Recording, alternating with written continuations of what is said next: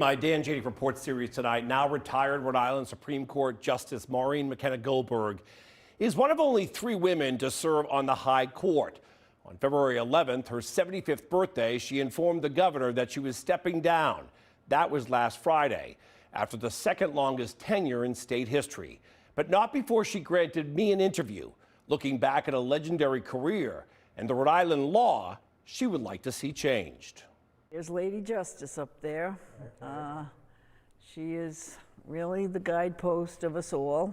Justice is blind, even, and the sword is to enforce it if we need to. And right across from her is you, Lady Justice. Our bench, correct. You're the real Lady Justice right now.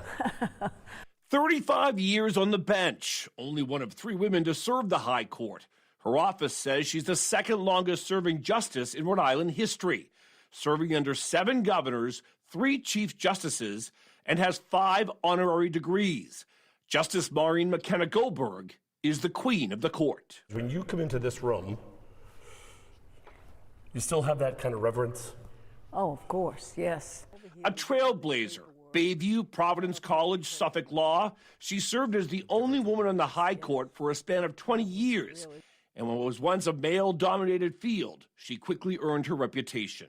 I remember I had a witness in the grand jury, and we took a break, and I was outside, and he came out and he said, "If you were a man, I'd punch you in the mouth."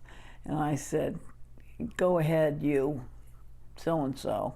The photo behind her of famed Colonel Stone, both friends, both tough cookies.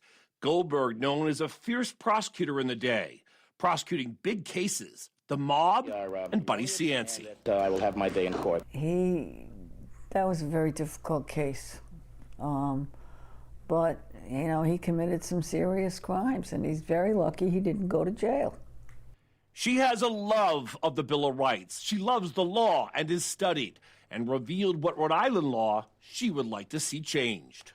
Well, I do think the mandatory consecutive life sentences for a gun crime, where the judges have no discretion but to impose that, where there's a homicide committed with a firearm and a conviction, first-degree murder, mandatory life sentence. Known for her tough, sharp questioning. Where did you get your toughness from? I'm one of 7 children.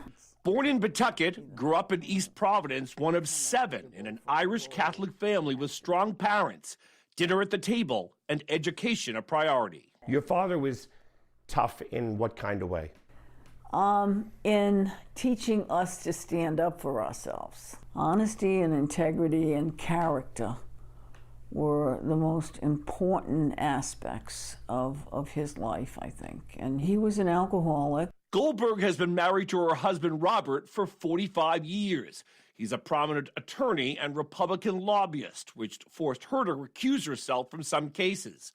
You know, I'm lucky, very lucky, and I think he's lucky too, and I think he knows it. The 2 are avid boaters. We spent a lot of time on Block Island, sailing the waters in New England.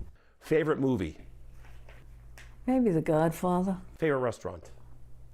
Oh, maybe 22 Bowens in Newport, or the University Club where I'm a member.